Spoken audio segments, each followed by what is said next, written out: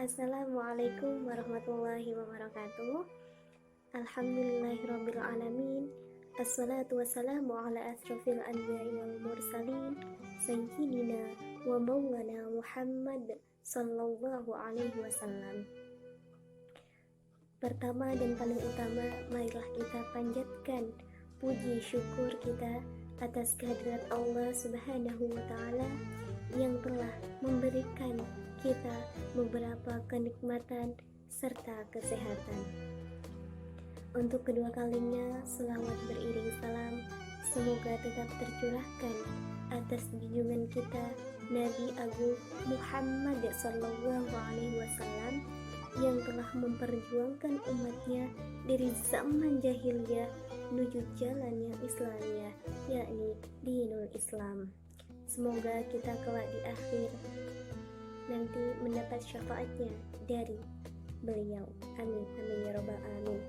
Baiklah, di sini saya akan meresensi suatu kitab hadis, yaitu Fikih Islam Lengkap, yang mana sebelum saya menjelaskan isi dari buku hadis ini, saya akan memberi penjelasan sedikit mengenai tentang fikih.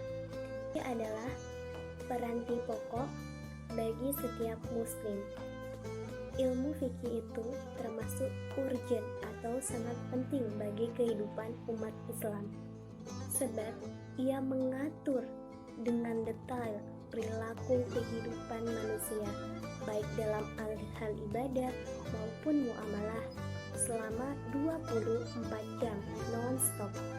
Oleh karenanya, menjadi wajib bagi setiap muslim untuk mempelajari ilmu fikih. Bahkan satu orang ahli ibadah dan ahli fikih itu ditakuti setan daripada 1000 orang ahli ibadah tapi tidak mengerti tentang fikih. Di Indonesia, berbicara ilmu fikih tidak akan terlepas dari fikih mazhab Asy-Syafi'i yang merupakan mazhab terbesar, sehingga mempelajari fikih mazhab Asy-Syafi'i menjadi hal yang sangat diperlukan.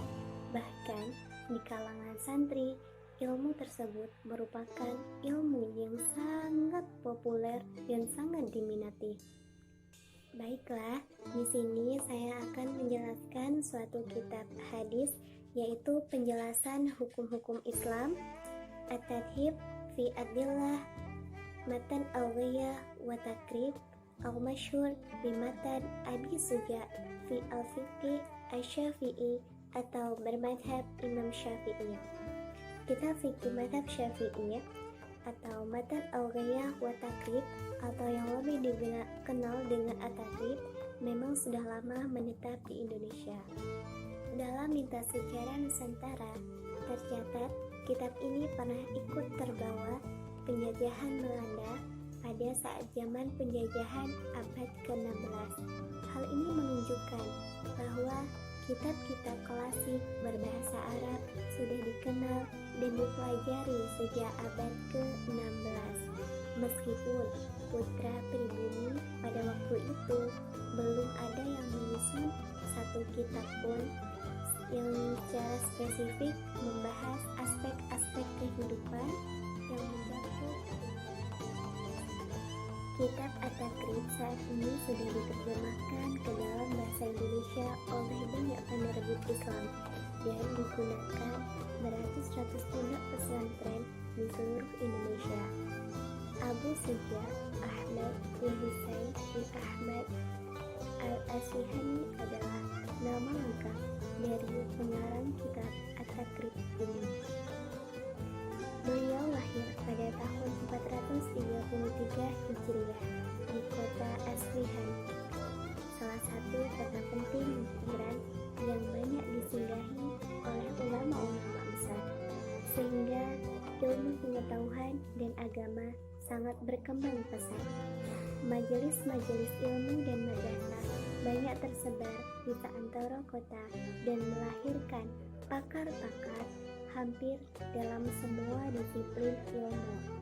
Salah satu dari mereka adalah yakni beliau Al-Imam Ahmad bin Husain Al-Asfihani atau lebih dikenal dengan Qadhi Abi Suja. Kitab Matan Al-Qadiyah At-Takrib adalah salah satu kitab madhab Syafi'i yang terbaik, baik bentuk maupun isinya. Ya, jadi isinya itu seperti ini, sangat baik dan mudah kita pahami.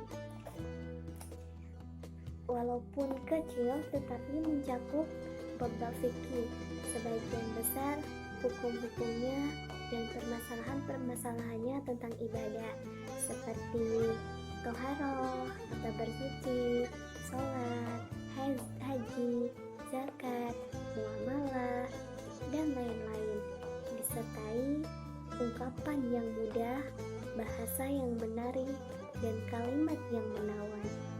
Di sisi lain, kitab ini juga memiliki keunggulan dengan pembagian-pembagian tematisnya, sehingga memudahkan orang untuk memahami agama Allah, untuk mengetahuinya, serta penulisannya yang simpel dan mudah dipahami, sehingga dapat mudah dipahami oleh orang awam sekalipun mengenai hukum dari permasalahan fikih yang dihadapi dalam kehidupan sehari-hari. Namun, begitu penjelasan lebih lanjut memang diperlukan agar kekuatan dari isi-isi pendalilan dalam buku hadis ini itu dapat dipertanggungjawabkan secara ilmiah.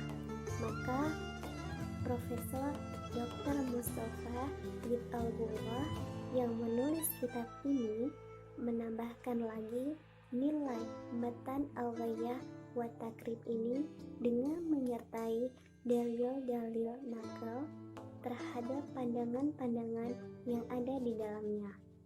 Beliau menamakan kitab ini dengan At-Tadhhib fi Adillah Matan Al-Ghaiyah wa Takrib.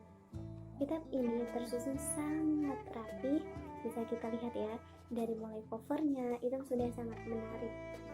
Terus dari kata pengantar, daftar isinya, serta daftar penyusunan referensi kitab-kitab hadis lainnya yang disusun secara sistematis, yang mana mencakup dari halaman pertama sampai halaman 578 lembar hadis, yaitu yang berisi, ya bisa kita lihat, yang berisi hadis-hadis itu sendiri. Ya, untuk kekurangannya sendiri, kitab ini pasti setiap buku ataupun apa tidak ada yang sempurna, termasuk kita ya, manusia tidak ada yang sempurna. Nah, yaitu salah satu kekurangannya yang mana kita tidak bisa langsung membacanya.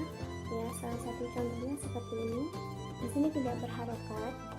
Nah, jadi orang awam ataupun yang belum tahu tentang pembelajaran ini, maka kita harus belajar terlebih dahulu seperti nahwu dan sarofnya, seperti itu agar kita bisa membacanya dengan harokat. Kenapa ini tidak diberi harokat? Ya, biasanya memang orang-orang yang belajar ini sudah paham tentang seperti ini. Ini tidak perlu takut ya untuk memahaminya, bahwasanya di sini sudah ada diterangkan penjelasan khusus dalam bentuk bahasa Indonesia. Jadi sekalipun orang awam ataupun kita yang baru belajar agama Islam itu bisa langsung memahami kitab Abi Suja ini. Jadi kita tidak perlu belajar nahwu terlebih dahulu ya. Tidak perlu memahaminya satu persatu atau mengharokatinya seperti itu. Kita langsung saja membaca arti-artinya. Di sini sudah sangat memudahkan kita. Oke, baiklah, mungkin sekian penjelasan kitab hadis yang dapat saya sampaikan. Semoga dapat bermanfaat bagi kita. Kurang dan lebihnya saya mohon maaf yang sebesar-besarnya. Akhirul kalam, wassalamualaikum warahmatullahi wabarakatuh.